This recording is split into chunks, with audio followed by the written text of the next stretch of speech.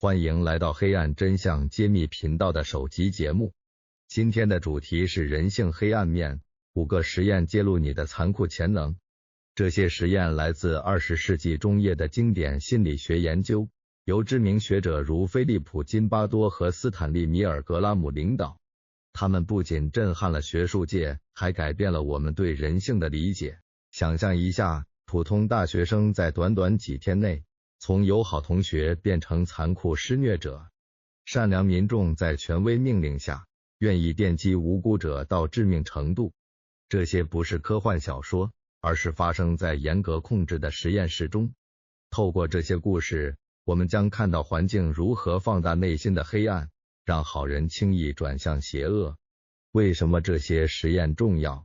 因为它们提醒我们，人性不是固定不变的，而是受情境影响的脆弱存在。在当今社会，从职场霸凌到网络暴力，这些现象无处不在。了解这些，能帮助我们避免重蹈覆辙。现在，让我们一步步深入这些实验的细节，从背景到结果，从解释到启示。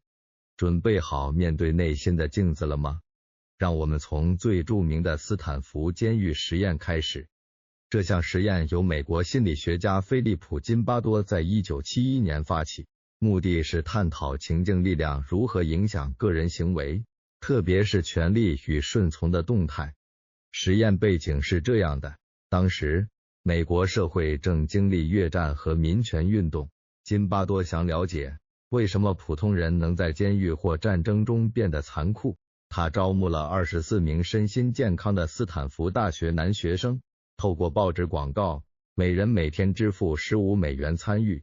他们经过严格筛选，排除有心理问题或犯罪记录者，然后随机分配成2组，12名囚犯和12名狱警。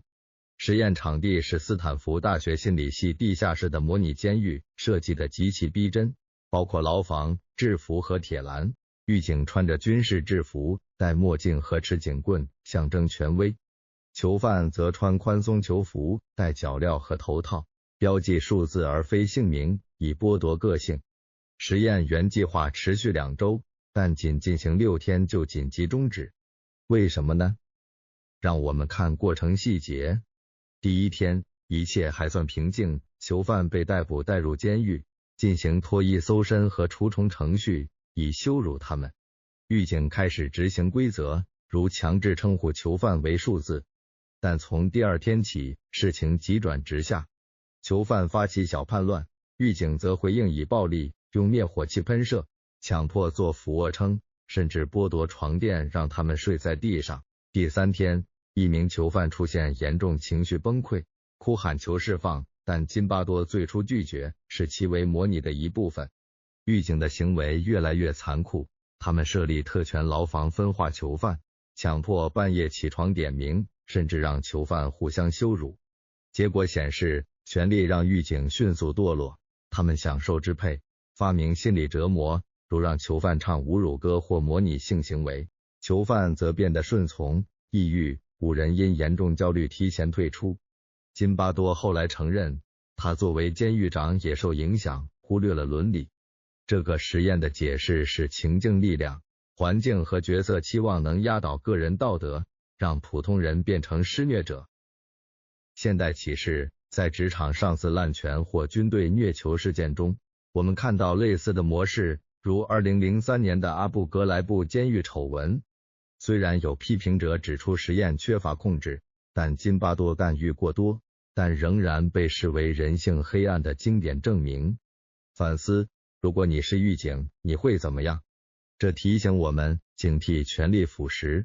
接下来是斯坦利·米尔格拉姆的服从实验，这是1961年在耶鲁大学进行的经典研究，旨在了解为什么普通人会遵从权威，犯下残暴行为。背景源于2战纳粹大屠杀，米尔格拉姆想探讨只是服从命令是否能解释恶行。他招募40名成年男性参与者，年龄20到50岁，来自不同职业，透过广告支付 4.5 美元。实验伪装成学习与惩罚研究，参与者被随机分配为老师，而学生是演员。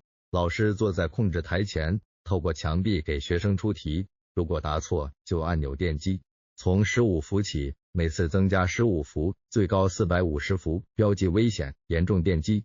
实际上没有真实电击，学生只是假装痛苦，从轻哼到尖叫，甚至晕厥。权威来自穿着白袍的实验者，他用固定指令如请继续或实验，要求你继续，督促老师。过程细节，参与者先抽签，操纵确保他们是老师，然后目睹学生被绑在电椅上。测试开始，学生故意答错，老师被迫电击。许多参与者犹豫不决，但实验者坚持不承担责任归属他们。结果震惊世界， 65% 的参与者26人从到最高450伏，尽管听到惨叫，所有人都至少到300伏。参与者显示焦虑、出汗、颤抖、咬牙，但仍继续。解释是权威服从，人们将责任转移给上级，忽略道德冲突。这实验衍生多变体，如靠近学生时服从率降到 40%。现代启示，在公司诈欺或军事命令中，我们见证类似盲从，如安然丑闻员工遵从上司欺诈。这个实验揭示了人性弱点，权威能让我们忽视良知。反思，下次面对上司无理要求，你会停手吗？第三个是所罗门·阿希的从众实验，1951年在斯沃斯莫尔学院进行，聚焦群体压力如何扭曲个人判断。背景是冷战时期，阿希想了解为何人们在明显错误前屈从多数意见。他招募50名男大学生，每组7到9人，但只有1人是真参与者，其余是演员。实验伪装成视觉测试，显示1条标准线和3条比较线，参与者轮流说哪条匹配标准。演员先答，故意错选，真参与者最后答，面对压力。过程细节，每人18轮测试，12轮演员一致错答，参与者座位安排让他们最后发言。结果 75% 的参与者至少一次从众，平均从众率 32%。 许多后悔但仍屈服。解释是规范从众，害怕被排斥，人们宁愿错也不愿孤立。辩题显示，若有盟友，从众率降到 5%。 现代启示，在社交媒体假新闻或职场会议中，我们常见类似，如群体沉默导致错误决定。反思，下次意见不同，你敢站出来吗？第四个实验是菲利普·金巴多的路西法效应，这是斯坦福监狱实验的延伸理论，2007年出版于同名书籍。背景是金巴多反思斯坦福结果，借用圣经路西法从天使堕落成恶魔的故事，解释好人如何变恶。路西法效应强调情境因素，匿名、去个性化和权力不均能引发残酷。与斯坦福相关，实验证明普通学生在模拟监狱中迅速恶化，狱警想虐待，囚犯崩溃。